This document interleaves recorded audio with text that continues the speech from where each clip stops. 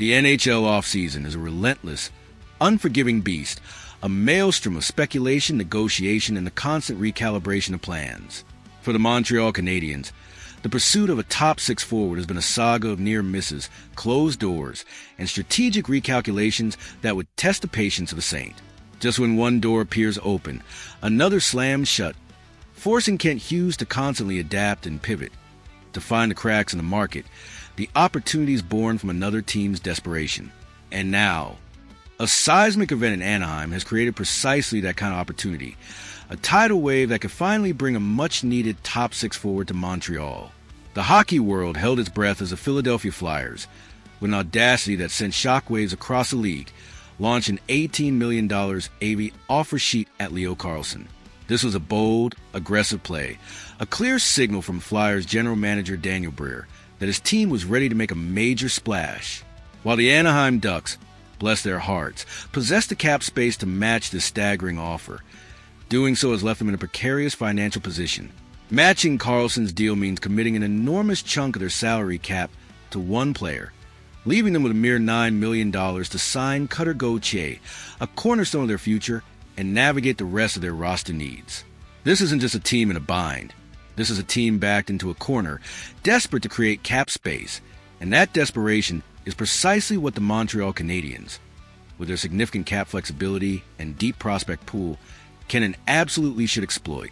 The consequences of Anaheim's decision extend far beyond the Ducks and Flyers. This single act has changed the financial landscape for multiple teams, creating a chain reaction that could ripple across the league. Clubs with important restricted free agents must now prepare for the possibility of another aggressive offer sheet, a tactic that Briere has proven he's willing to employ. If one of those teams is forced to commit enormous cap space to a young star, it may need to trade an established player or move salary sooner than planned. That is where the Canadiens, under the shrewd guidance of Kent Hughes, could enter the picture, poised to capitalize on another team's misfortune. The name that could now enter Montreal's conversations, a name that brings with it both immense potential and a complicated history, is Chris Kreider. The 35-year-old forward is preparing to enter the final season of his contract with a $6.5 million cap hit, and Anaheim's new financial reality could make him available. Kreider also holds a 15-team no-trade clause, meaning any potential deal would require his cooperation, but the Canadiens have several compelling reasons to at least explore whether the veteran would be open to coming to Montreal. Kreider would bring an element that remains extremely valuable during the playoffs, a relentless physical net front presence. He plays with strength, speed, and directness, consistently attacking the front of the net instead of remaining on the perimeter. Montreal possesses several skilled forwards who can create offense through movement and creativity, but adding a player willing to battle around the crease, to absorb punishment, and to finish chances in traffic could make the entire attack exponentially more dangerous. This is a kind of gritty, hard-nosed hockey that wins in April, May, and June. His production also suggests that he can still contribute at a high level. Kreider recorded 50 points in 75 games last season, showing that he remains capable of playing meaningful minutes and supporting a competitive lineup. He may no longer be at the absolute peak of his career, but Montreal would not need him to carry the offense. The Canadiens would need him to provide secondary scoring, a crucial net front presence on the power play, veteran leadership in the dressing room, and invaluable experience in high-pressure situations. He's a complementary piece, but a highly impactful one. The contract structure is another important part of the conversation, and it aligns perfectly with Kent Hughes' disciplined approach to roster management. Because Kreider has only one season remaining on his deal, Montreal would not be taking on a lengthy financial commitment. That makes him a far less dangerous acquisition than an older player signed for several additional years. If the fit worked, the Canadiens could discuss an extension later, perhaps a short-term deal that aligns with the team's competitive window. If it did not, they would regain the cap space at the end of the season, maintaining maximum flexibility for future moves. This is a low-risk, high-reward proposition. Anaheim's motivation would likely be purely financial. After committing $18 million per season to Carlsson, the Ducks have approximately $9 million in cap space and still need to sign Cutter Gauthier, a player they acquired in a blockbuster trade. Moving a $6.5 million contract like Kreider's would give them considerably more flexibility, allowing them to address their remaining roster needs without being forced into another difficult decision. Montreal, meanwhile, could use its resources to take advantage of a team suddenly facing immense financial pressure. The Canadiens should not overpay in this situation.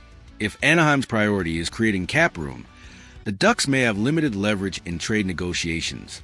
Hughes could potentially acquire Kreider without surrendering one of Montreal's premium prospects or most valuable young players. The exact return would depend on how many teams express interest and whether Anaheim is willing to retain any salary, a crucial factor that could make the deal even more attractive. Salary retention could make the deal even more appealing. If the Ducks retained a portion of Kreider's cap hit, Montreal would preserve additional flexibility for another, during the season, perhaps at the trade deadline.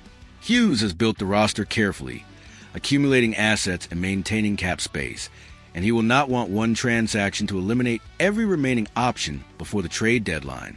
Every dollar saved is a dollar that can be reinvested into strengthening the team. There is also a fascinating personal connection between Kreider and the Canadiens' coaching staff. Martin St. Louis played alongside him in New York during the 2014 postseason, a deep playoff run that saw the Rangers reach the Stanley Cup final. That familiarity could help Montreal evaluate Kreider's character, his preparation, and his ability to handle pressure in a demanding market. St. Louis understands firsthand what Kreider can bring when games become physical and emotional, when the stakes are highest, and when every shift matters. This personal insight could be invaluable in assessing the fit. The history between the player and the Canadiens, however, cannot be ignored. Montreal supporters still remember the 2014 Eastern Conference Final and the collision that injured Carey Price, a moment that forever etched Kreider's name into the minds of Habs fans, often with a negative connotation. For years, Kreider remained one of the most disliked opposing players among the fan base. Bringing him to Montreal would therefore create an immediate and emotional reaction, a mixture of surprise, skepticism, and perhaps even outrage from some corners of the fan base. That reaction, however, could change quickly if he produced. Hockey fans have seen former rivals become valuable contributors after changing teams. A player may be hated while wearing an opposing jersey, yet appreciated when his physical style, his scoring touch, and his relentless effort begin benefiting the home team. Kreider's willingness to attack the net, absorb contact, and play with an edge could eventually make him a fan favorite at the Bell Center, turning boos into cheers. Brendan Gallagher is the only remaining Canadiens player from that 2014 series, reducing the likelihood that old tensions will become a significant locker room issue. More importantly, professional players understand that roster decisions are made to improve the team. If Montreal's leadership, including Nick Suzuki and Cole Caulfield, believed Kreider could help, the organization would not allow a decade-old rivalry to prevent a sensible move. The focus is on winning, and winning transcends old grudges. From a lineup perspective, Kreider could fill multiple roles. He could skate beside Nick Suzuki and Cole Caulfield, using his size and net front ability to complement their skill and create a truly dominant top line. He could also play on a second line with younger forwards, providing stability, leadership, and creating space for them to operate, allowing them to develop their offensive games without facing constant pressure. His power play impact may be especially valuable. Kreider has spent much of his career establishing position near the crease, screening goaltenders, redirecting shots, and finishing rebounds. Those skills require timing, strength, and courage, and they often become decisive in close games, particularly in the playoffs where power play goals can be the difference between winning and losing. Montreal's younger forwards could also learn invaluable lessons from him. Playoff success is not built only through talent. Players must understand how to manage momentum, respond after difficult losses, and remain composed during hostile road games. Kreider has experienced long postseason runs, including a trip to the Stanley Cup final, and knows how quickly a series can change. His veteran presence and leadership will be invaluable in guiding the Canadiens' young core through the rigors of a deep playoff run. Still, the Canadiens must carefully evaluate the risks. Age eventually affects every player, and there is no guarantee that last season's production will continue.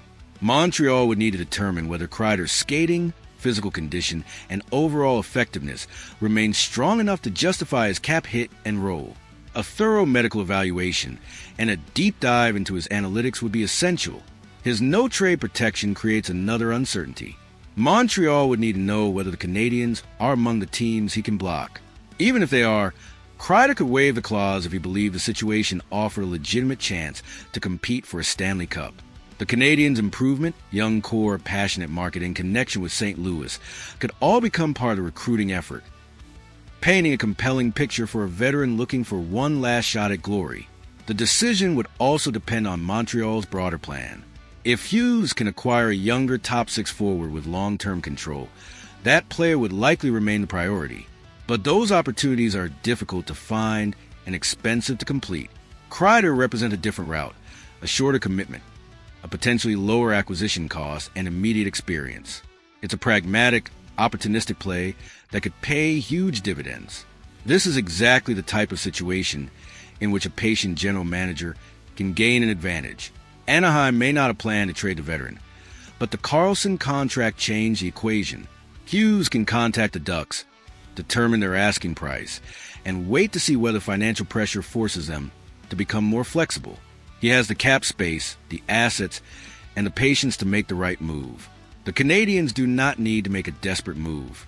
They already have a strong foundation and should protect their most important future assets. But they must also recognize when the market creates a possible bargain. A motivated, experienced, and physically imposing forward on an expiring contract could be an ideal addition if the cost remains reasonable. Kreider would arrive with controversy.